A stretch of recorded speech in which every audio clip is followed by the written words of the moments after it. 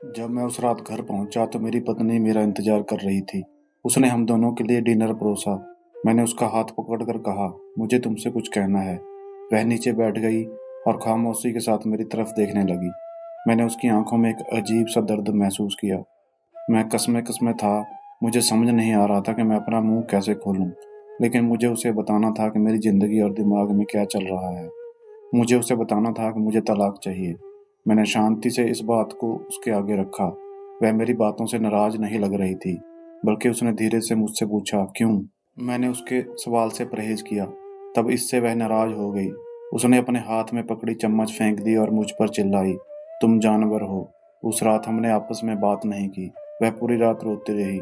मुझे पता था वह जानना चाहती है कि हमारी शादीशुदा जीवन को क्या हुआ था, लेकिन मैं शायद ही उसे कोई संतोषजनक उत्तर दे पाता। मैं उससे कैसे बताता कि जिस दिल में उसका घर था उस पर अब अनु का राज है।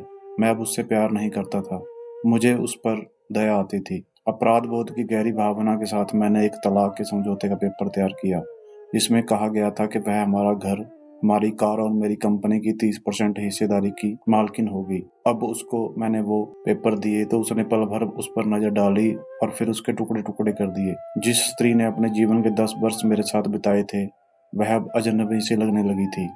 मुझे उसके टाइम, संसाधनों और ऊर्जा जो उसने मुझ पर खर्च किया, उसके लिए खेद हुआ। लेकिन मैंने जो कहा था मैं उसे वापस नहीं ले सकता था, क्योंकि मैं अनु से बहुत प्यार करता था। अंत में वह मेरे सामने जोर जोर से रोई, जिसकी मुझे उम्मीद थी।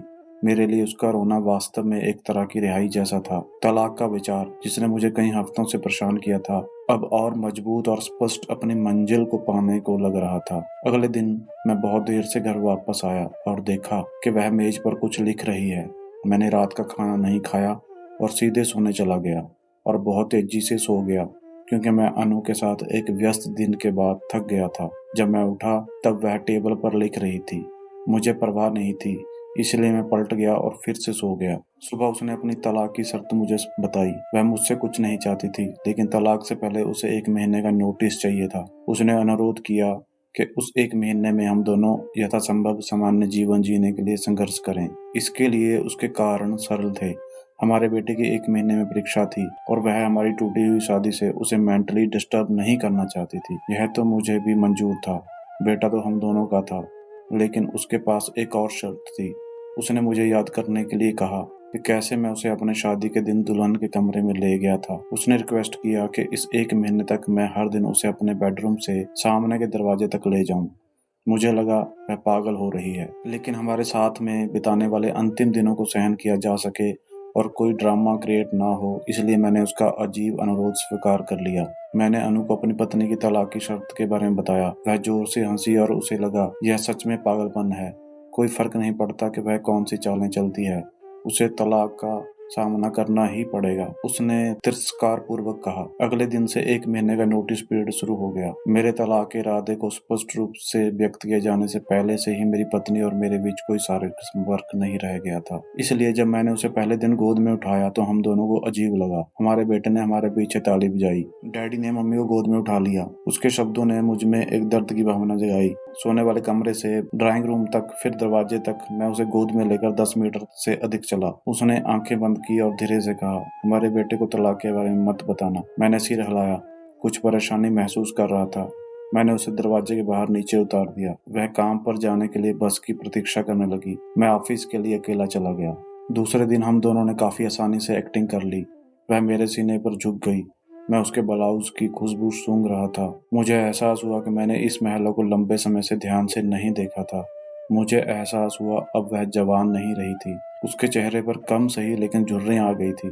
उसके बाल सफेद हो रहे थे। हमारी शादी से उस पर बुरा असर पड़ा है।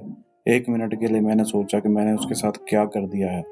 चौथे दिन जब मैंने उसे उठाया तो मुझे आत्मीयता की वापसी का आभास हुआ। अरे, यह वही महिला है जिसने मुझे अपनी जिंदगी के 10 अमूल्य साल दिए हैं। 5वें और छठे दिन मैंने महसूस किया कि हमारे बीच एकरूपता की भावना फिर से बढ़ रही है। मैंने अनु को इस बारे में नहीं बताया। जैसे जैसे दिन बीतते गए मेरे लिए उसे उठाना आसान हो गया। मैंने सोचा शायद प्रतिदिन की ये कसरत ने मुझे मजबूत बना दिया। एक सुबह वह सोच रही थी कि क्या पहने। उसने बहुत सारे कपड़े पहनने की कोशिश की, लेकिन उसे एक भी उपयुक्त पोशाक नहीं मिली। फिर उसने गहरी सांस ली। वो बोली, मेरे सभी कपड़े बड़े हो गए हैं। मुझे अचानक एहसास हुआ कि वह इतनी पतली हो गई है। मुझे अब समझ में आया कि यह असली वजह है जो मैं उसे इतनी आसानी से उठा पाता था। अचानक एक विचार ने मुझे अंदर से झकझोर दिया। उसने अपने दिल में कितना दर्द और कितना दुख दबा कर रखा होगा जिससे उसकी ऐसी हालत हो चली है। अब चेतना में कभी इस बारे में मैं सोच ही नहीं सका। मैंने उसके सिर को छुआ। हमारा बेटा उसी समय अंदर आया और बोला, पापा, माँ को गोदी में उठाने का समय हो गया है। उसके लिए इस एक महीने में अपने पिता को अपनी माँ को गोदी में उठाकर ले जाते देखना उसके जीवन का एक अनिवार्य हिस्सा बन गया था। मेरी पत्नी ने हमारे बेटे को करीब आने का इशारा किया और उसे कसकर गले लगा लिया। मैंने अपना मुंह फेर लिया क्योंकि मुझे डर था कि मैं इस अंतिम समय अपना विचार ना बदल दूं। फिर मैंने उसे अपनी बाहों में पकड़ लिया।